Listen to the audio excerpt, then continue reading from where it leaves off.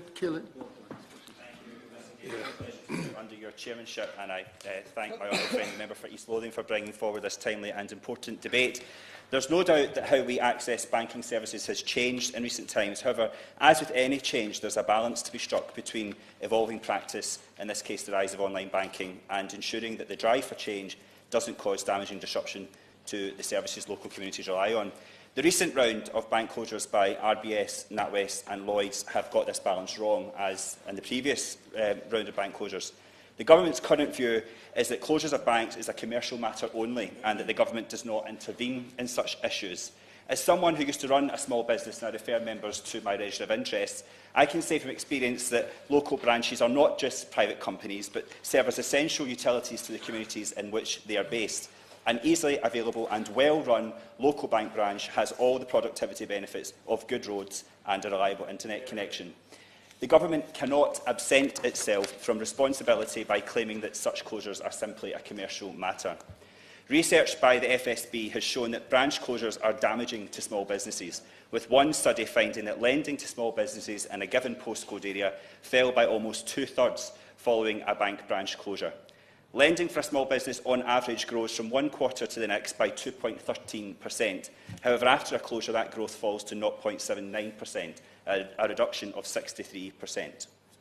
In the last round of closures, 6 bank branches announced they were closing in my constituency in a matter of months.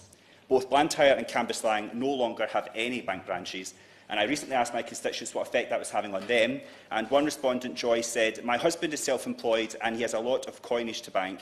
Because of the bank closures, we now have to travel from Cambuslang to Rutherglen, as the branches in Cambuslang and Burnside are now closed. There never seems to be any more than 2 cashiers on the counter at any one time, and you can wait for over 30 minutes before being seen.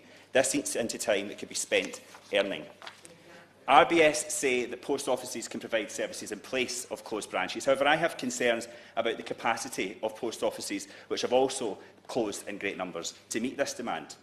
Post offices also don't have the expertise of local branches and will deprive people of easy access to more complex banking services. The impact of such closures will be felt hardest by those who struggle to travel either physically or financially, meaning that elderly and disabled people and the poorest in society will be most impacted by the Government's failure to act. An impact will also be felt by aspiring local businesses. From my own experience, I know how important it is to build that trusting relationship with your bank from the beginning, and there really is no better way to do that than old-fashioned face-to-face contact. It's likely that small businesses will receive less money to set up their businesses, and essential in-branch transactions will take more time and be less accessible to those who find it difficult to travel. Banks draw people to the high street. Retail businesses are already struggling to survive. Any decline in footfall and reduction in availability of free-to-use ATM machines for customers to withdraw cash could well be the final straw for many retail businesses. It's important that we view local branches as commercial enterprises, not just as commercial enterprises, but as essential local utilities that play an important role in supporting local economies. Communities rely on banks, but that relationship is two-way. When the banks got into trouble, it was taxpayers in our local communities who stepped in to save them. What a dreadful way this is to repay that favour.